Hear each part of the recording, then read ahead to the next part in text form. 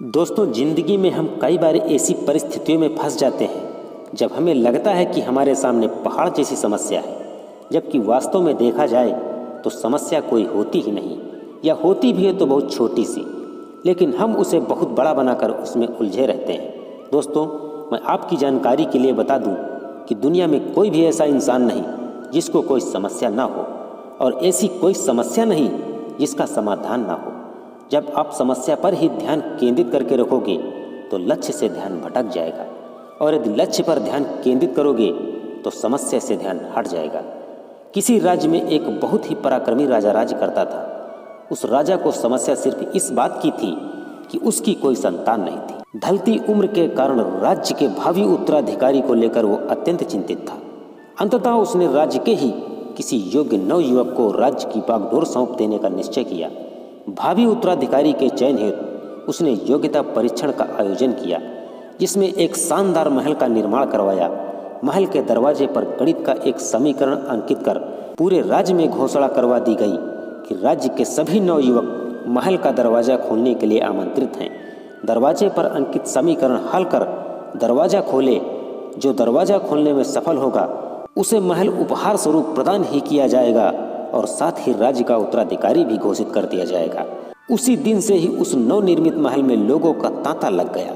सुबह से लेकर शाम तक नवयुवक वहां आते और दरवाजे पर अंकित गणित के समीकरण को हल करने का प्रयास करते, किंतु आश्चर्य की बात यह थी कि कोई भी उसे हल नहीं कर पा रहा था। कई दिन बीत गए। राज्य के बड़े से बड़े गणितज्ञ भी उस समीकरण का हल निकाल पाने में असमर्थ रहे। तब राजा ने दूसरे राज्य के गणितज्ञों को भी आमंत्रित किया। दूसरे राज्य के भी गणितज्ञ आए और गणित का वो समीकरण हल करने लगे। जैसे जैसे दिन ढलता गया, वहां से एक एक करके सभी जाते नजर आए। अंत में मात्र 3 लोग शेष बचे। उसमें से 2 युवक दूसरे राज्य के गणितज्ञ थे, किंतु तीसरा गांव का एक नवयुवक लड़का था। वे दोनों गणितज्ञ जहां गणित का वो समीकरण हल करने में लगे हुए थे, वहीं पर वो नवयुवक लड़का एक कोने में खड़ा होकर उन्हें देख रहा था। राजा ने जब उसे यूं ही खड़ा देखा तो पास बुलाकर पूछा, तुम दरवाजे पर अंकित समीकरण हल क्यों नहीं कर रहे हो?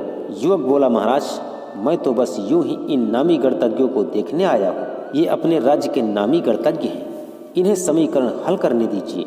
यदि इन्होंने हल निकाल लिया तो राज्य के उत्तराधिकारी बन जाएंगे।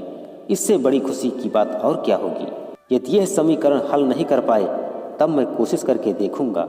इतना कहकर युवक एक कोने में उनको देखने लगा। पूरा दिन निकल गया, शाम घिर आई, किंतु दोनों लोग समीकरण हल नहीं कर पाए। उनके मस्तिष्क में एक ही प्रश्न घूम रहा था, आखिर इस समीकरण में ऐसा क्या है? कैसे ये हल होगा और कैसे महल का दरवाजा खुलेगा? पूरा प्रयास करने के बावजूद भी वे समीकरण हल नहीं कर पाए।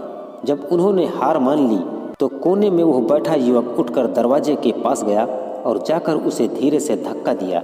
दरवाजा खुलते ही लोग उससे पूछने लगे कि तुमने ऐसा क्या किया कि महल का दरवाजा खुल गया? युवक बोला, जब मैं बैठकर सबको गणित का समीकरण हल करते हुए देख रहा था तो मेरे दिमाग में एक विचार आया कि हो सकता है कि दरवाजा खोलने का कोई समीकरण ही ना हो। इसलिए मैं गया और सबसे पहले जाकर दरवाजे को धक्का दे दिया। दरवाजा खुल गया। दरवाजा खोलने का कोई समीकरण था ही नहीं। उसका उत्तर वहां उपस्थित राजा ने भी सुना और बहुत प्रसन्न हुआ। उसने युवक को वो महल भी दिया और राज्य का भावी उत्तराधिकारी भी घोषित कर दिया। दोस्तों, कभी भी समस्या को देखकर विचलित ना हो, उस पर शांति से सोचो और विचार करो। समस्या का समाधान अवश्य होगा।